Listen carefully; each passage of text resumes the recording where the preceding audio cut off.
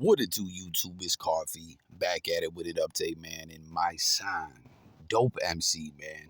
Mysonne is the truth. I remember way back when that Violator project dropped, the first one that had Vibrant Thing on it and all that.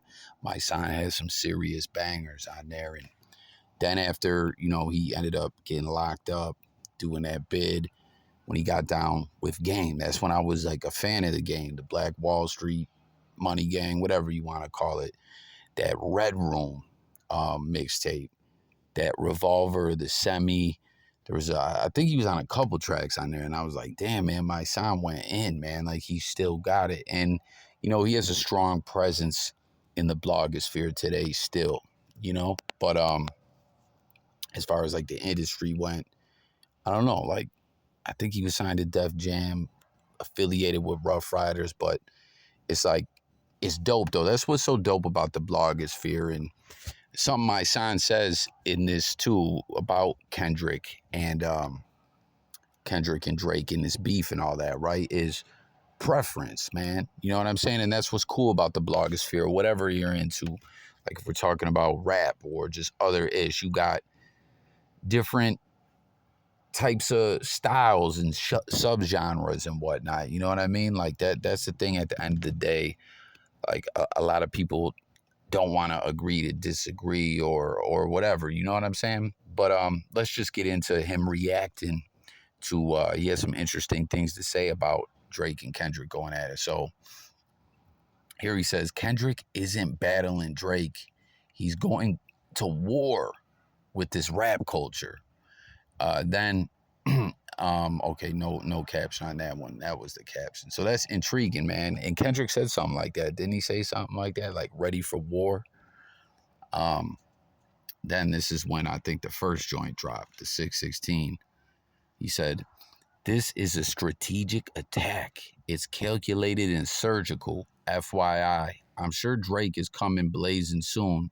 This battle is going to be historic. And I got to say, man, historic is probably the right word. Just like we were saying in this blogosphere era, how everyone can shine in their own way when they find their own lane, and the fans that flock with them find them, when it comes to the algorithmic ish. Everyone's got their different timeline of what's popping up and what's popping off. And, it's historic in that way, that these artists are so different, but in many ways, right? Their get down, their style, their background, whatever. But both just held in such high regard. You know what I'm saying?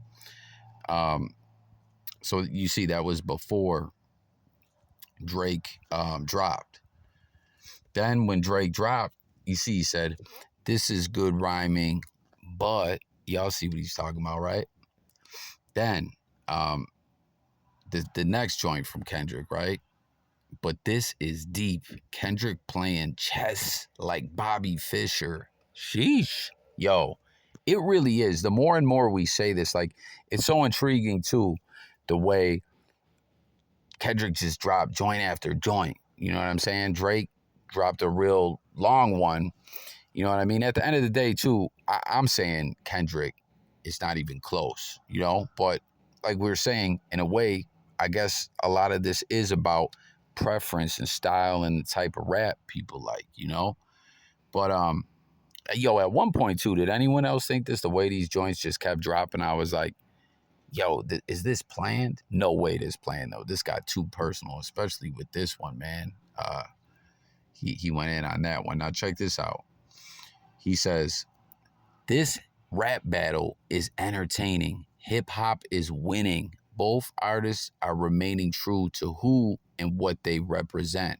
So it's pretty much about preference and what you value more.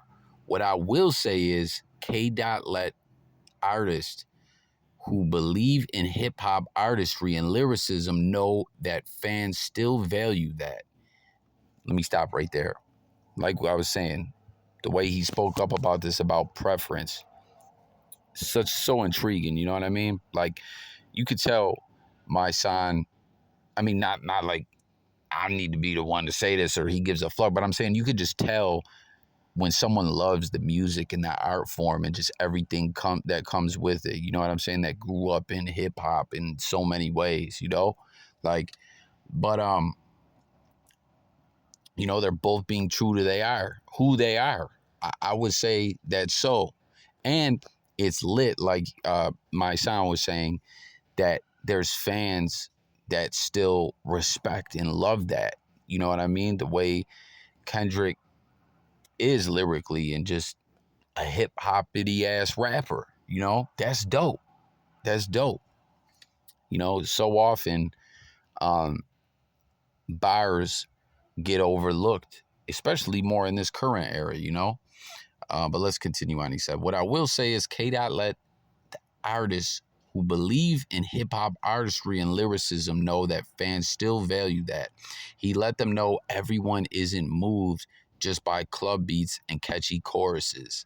There's an audience for cerebral, thought-provoking rap. Thank you." And yo, especially with the diss, y'all,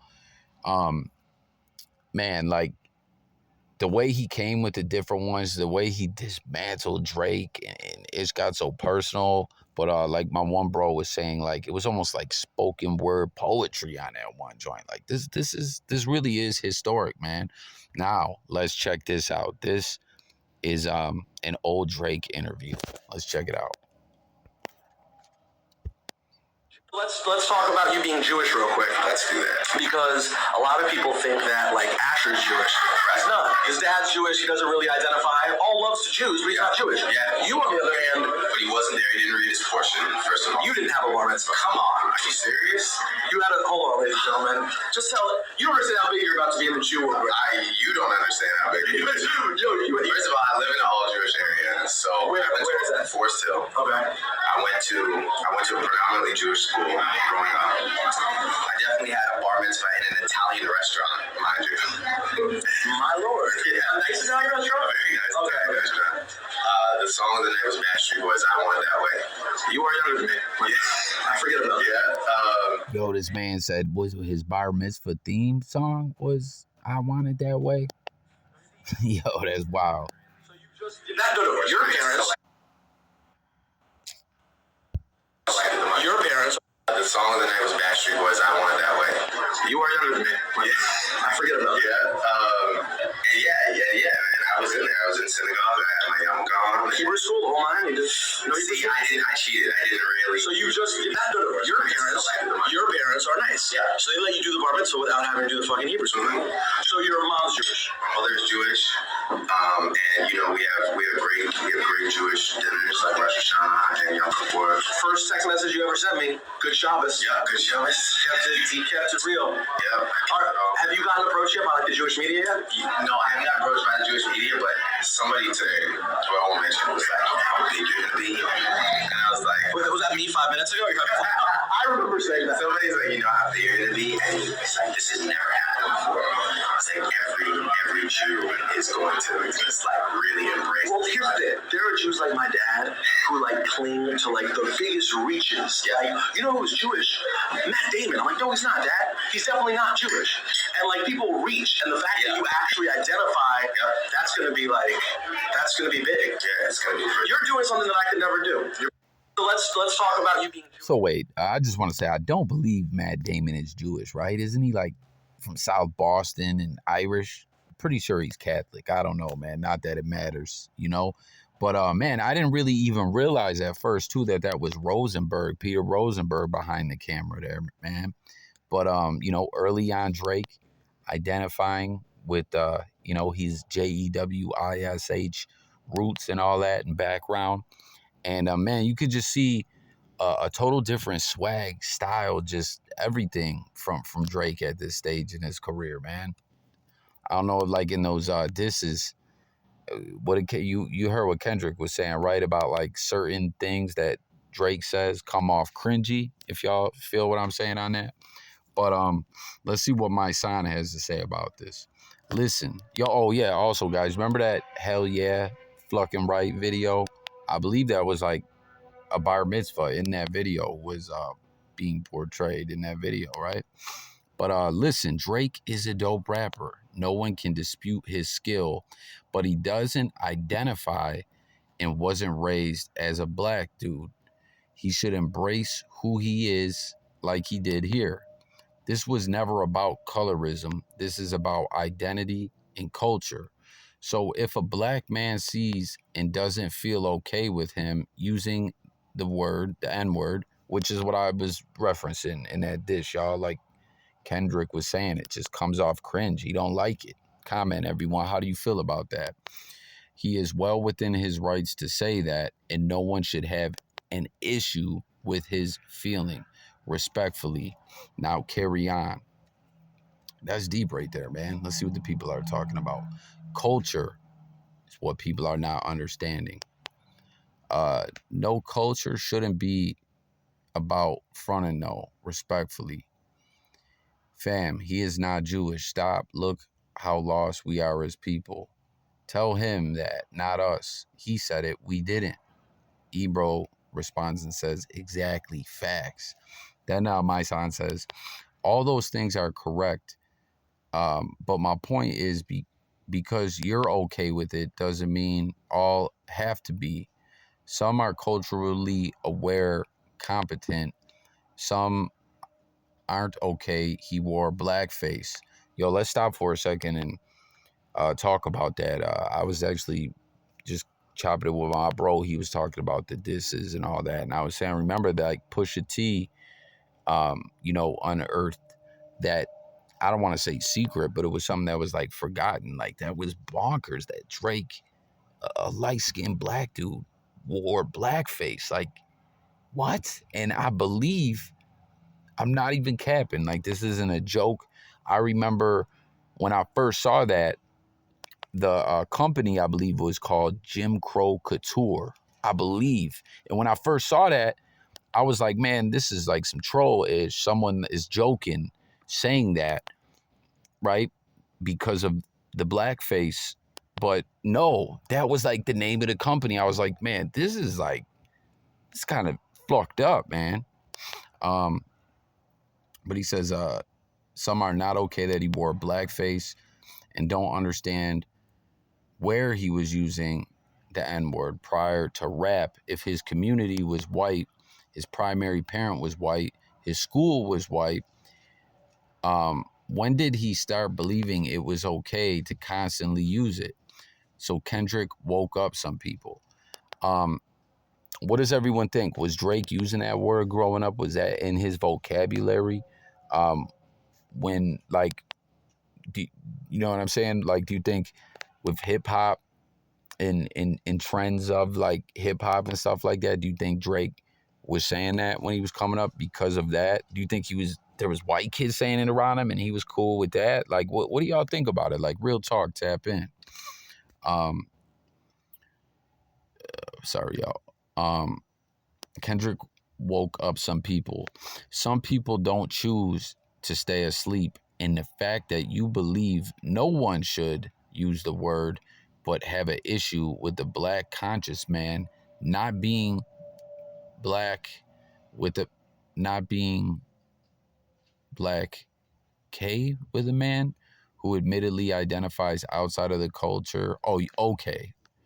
My bad. There was a typo. Just the K came up instead of okay, I guess. Identifies outside of the culture using it is actually crazy to me, but okay. Yo, he's a blueprint rapper, same melody, different words. That was from Mark Curry, used to be signed to Bad Boy. Didn't he make a video with Wayne and was in a Jewish temple? That was, I think, the hell yeah, fucking right one. Here's Peter Rosenberg, who was doing that interview. People can be more than one thing. This is more Kendrick saying you're not consistent with who you are than saying what he can or cannot be.